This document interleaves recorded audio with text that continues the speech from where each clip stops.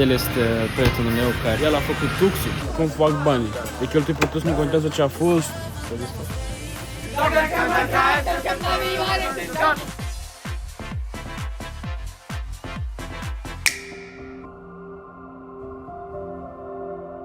You may get to some points along your journey when you don't really want to wake up and actually go and do the things you have to do. And you have a couple questions in your head. Is this shit actually worth it? Is this shit actually going to help me? Is this shit actually making me happy? Sometimes you know the answer, but sometimes you don't. But, you know, the most important thing isn't actually finding the actual right answer, but it's just to simply go, forget, and ignore all the thoughts you have in your head and just go and act. Because acting will always be the best move on the board. At the end of the day, how are you going to feel better? Because this is the most important thing. How are you going to feel better? By knowing that you've done all the things you promised yourself without any skips, and you're able to go to sleep being proud of yourself rather than going to sleep knowing that you could have tried harder, you could have tried better. Regret is the worst thing you could ever experience.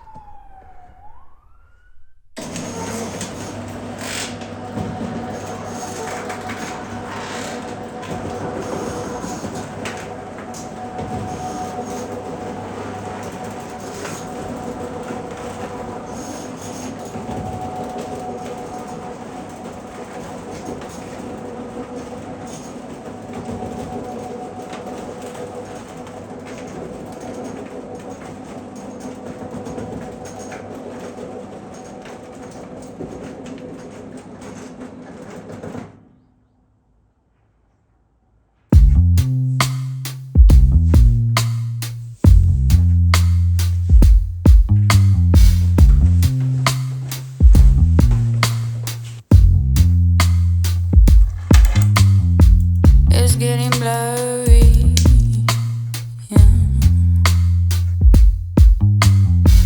I feel the worry coming home strong.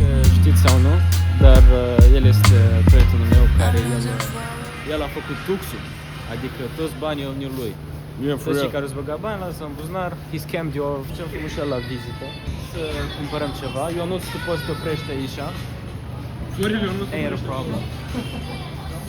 Să ducem la Table 9, cool as spot, chill end of the week. Life's great, you know?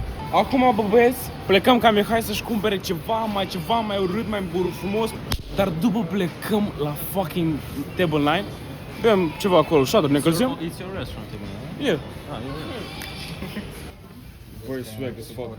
Swag as fuck? Swag și culorile astea. Asta e puțin. Deșetop. Ca la mine? Deșetop. Bă, și că zici tu că nu arată mai fain așa decât cu așa sus cheie. Da, arată mai fain. Ia uite, Michele, arată precis. Ia cu zipper. Cum așa-ți vezi? Bă, eu mă supărat să văd pe tăță cum omul așa ceva care se pui până sus. Da, așa. Păi, dăm mai prea useless și așa, dăm de Fain. Că aici s-a spizdos. Asta e parcă e... Sincer, asta așa de mai fit, vezi? Da.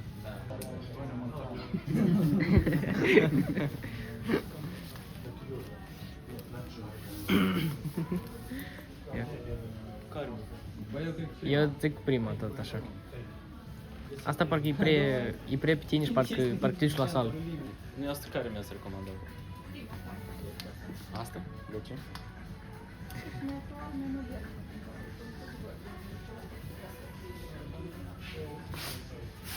Da, Adică, până amuia, drăjile și mai bun și până nu eu comiez, dar doamna i-a dat semn să-l cumperi.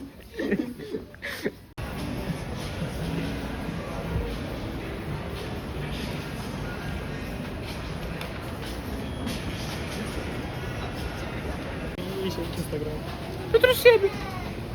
Da, și mă duc și ne-o comandă, care tu te lucrează aici, acolo și trebuie să spui că cheamă paznic, că ne-o comandă? Da, dar nici chiar așa arogant. Arogant. Știi că pentru urmă. Da, mie.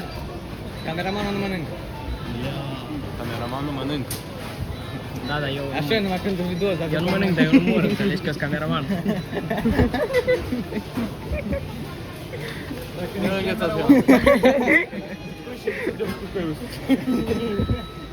Asta special. Din ură. Băi, nu știu, mă nervează uite moldovenii ăștia, weird as fuck.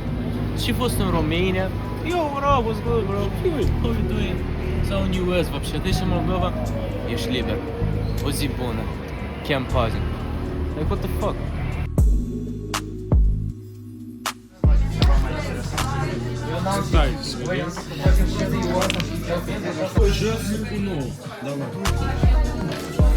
Cu aia n-ai încredere cu aia, dar eu ți dacă Dar nu vine vorba de încredere. Eu mai țin minte și cărți am luat, uite la mine, eu am cartea asta.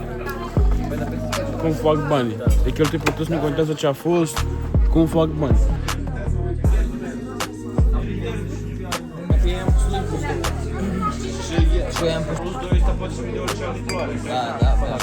Poți mai bag o nouă. Mai bag.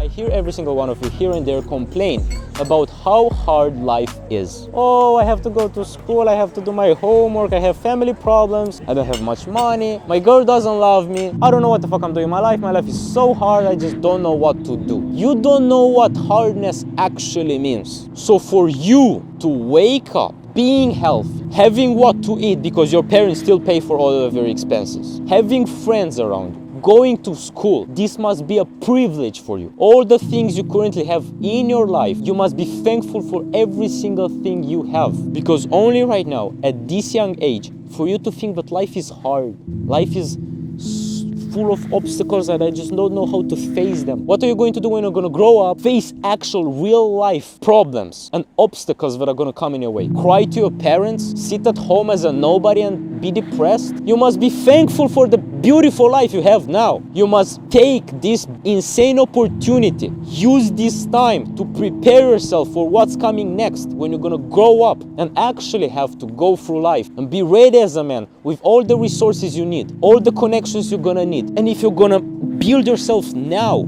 collect as many assets, resources, and capabilities as possible. You don't know how easy your life will be later.